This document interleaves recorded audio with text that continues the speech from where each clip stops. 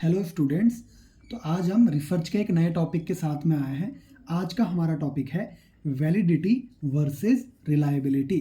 ये दोनों टर्म्स काफ़ी फ्रिक्वेंटली हम जब अपना टूल डेवलप करते हैं रिसर्च में, तो टूल डेवलपमेंट के बाद उस टूल की वैलिडिटी और रिलायबिलिटी को चेक किया जाता है और काफ़ी फ्रिक्वेंटली हम ये टर्म सुनते हैं।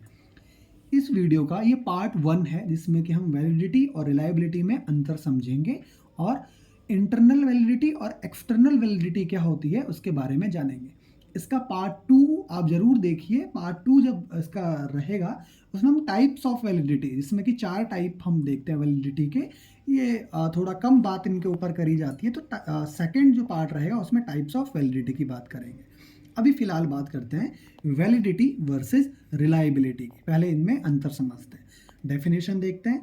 वैलिडिटी की क्या है, हिंदी में बात करें वैलिडिटी का मतलब है मान्य होना। वहीं रिलायबिलिटी का हिंदी मतलब आप समझें अगर तो भरोसेमंद होना। रिलायबल है, हम बोलते हैं ना किसी को कि रिलायबल है, मतलब भरोसा कितना है, ट्रस्टेबल कितना है। और वैलिड है मतलब वो मान्य कितना है या वैध कितना है। डेफिनेशन देखें, validity degree to which an instrument measure what it is supposed to measure, this is validity। और reliability degree of consistency और accuracy। इसका मतलब ये है कि वैलिडिटी मतलब कि डिग्री टू विच एंड कोई भी इंस्ट्रूमेंट या कोई भी टूल हमने बनाया है तो वो चीज़ मेजर कर रहा है जिसको हमने उसको मेजरमेंट, जिसके मेजरमेंट के लिए हमने उसको डेवलप किया है या बनाया है। फॉर एग्जाम्पल, अगर मान लो जैसे बीपी अपैरेटस, स्फेग्नोमैनोमीटर की हम जब बात करते हैं तो बीपी अपैरेटस एक टूल है, एक इंस्ट्रूमेंट है। उसको हमने किस चीज़ के लिए बनाया है भाई? ब्लड प्रेशर को मॉनिटर करने के लिए। तो अगर वो blood pressure degree to which an instrument is measure what it is suppose to measure, तो उसको क्या मेजर करना चाहिए?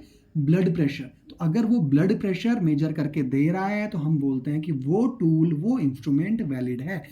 ब्लड प्रेशर मेजरिंग इंस्ट्रूमेंट सिर्फ ब्लड प्रेशर ही मेजर करेगा। अगर मैं अपने रिसर्च में बोल रहा हूँ, अपने टूल के लिए मैंने बोला है कि ये टूल बीपी को मेजर करने के लिए बना है, तो it should only measure the blood pressure. इसके अलावा टेम्परेचर, रेस्पिरेशन कुछ मेजर नहीं करेगा।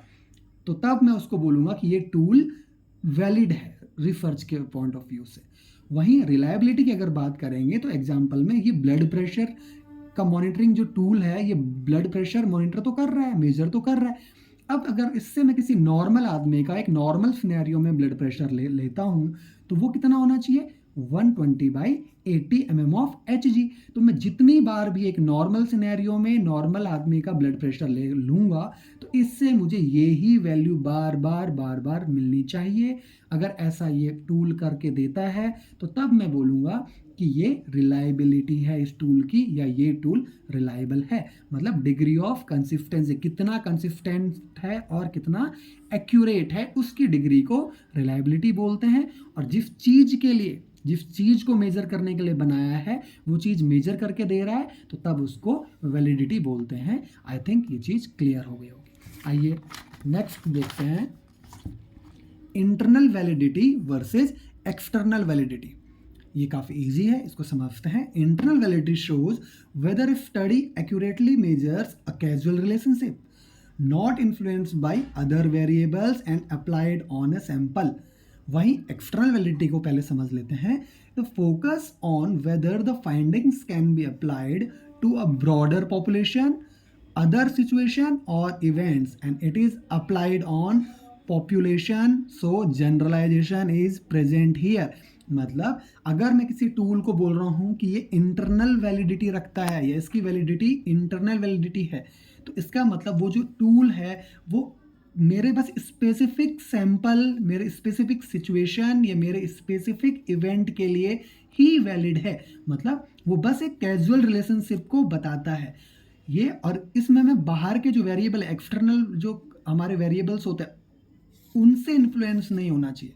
तो ये बस अप्लाइड ऑन सैंपल, एक स्पेसिफिक सैंपल की बात करेंगे, उसके लिए अगर वो टूल है वैलिड है तो उसको हम बोलते हैं इंटरनल वैलिडिटी रखते हैं। वहीं अगर हम बात करेंगे कि वो टूल एक एक्सटर्नल वैलिडिटी शो कर रहा है तो मतलब ये टूल सिर्फ मेरे सैंपल के लिए नहीं, एक पूरे पॉपुलेशन के लिए अप्लाइड होता है। मतलब जनरलाइजेशन है इसका।